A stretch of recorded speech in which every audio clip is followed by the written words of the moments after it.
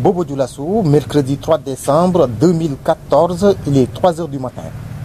Dans les artères de la ville, un silence de cimetière.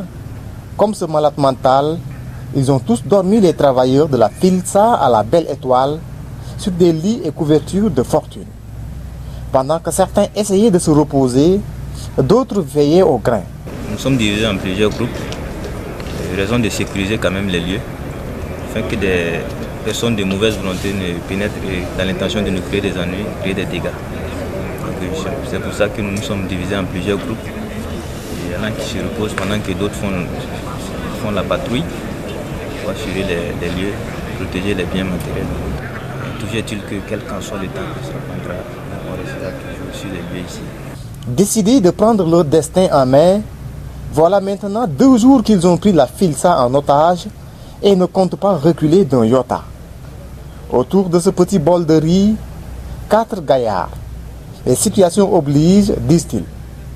Nous trouvons ce calvaire-là moindre que le calvaire que nous vivions avec M. Nabolé, au règne de la société. Pour être sûr qu'on est hors du danger, quand on a face au serpent, c'est quand on aura coupé la tête. Donc nous resterons éveillés comme ça jusqu'au petit matin, jusqu'à ce que quand même une décision finale. Sa grève de la faim avait défrayé la chronique en 2011, idem pour son licenciement en 2013, malgré le refus catégorique de l'inspection du travail. Aujourd'hui, il vient soutenir ses collègues. Nous sommes là depuis ce matin.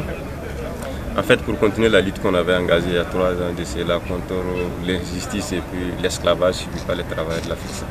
Ici, l'ouvrier, ce n'est pas un être humain, c'est juste un ouvrier, un objet qu'on utilise quand on a fini, on les jette aux poubelles. En fait, nous pensons qu'actuellement, nous espérons bien que nous serons traités comme des êtres humains et la Filsa va réintégrer l'État burkinabé et que les lois de notre pays seront appliquées dans cette société. Parce qu'en fait, les DG nous ont toujours dit ici que c'est eux qui font la loi dans ces pays.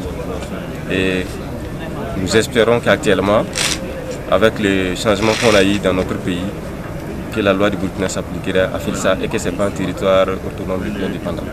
À la Filsa, l'ordre normal des choses a changé en l'espace de 24 heures. La société semble être sous le contrôle des travailleurs qui exigent désormais une repentance publique du directeur général Abdoulaye Nabolé.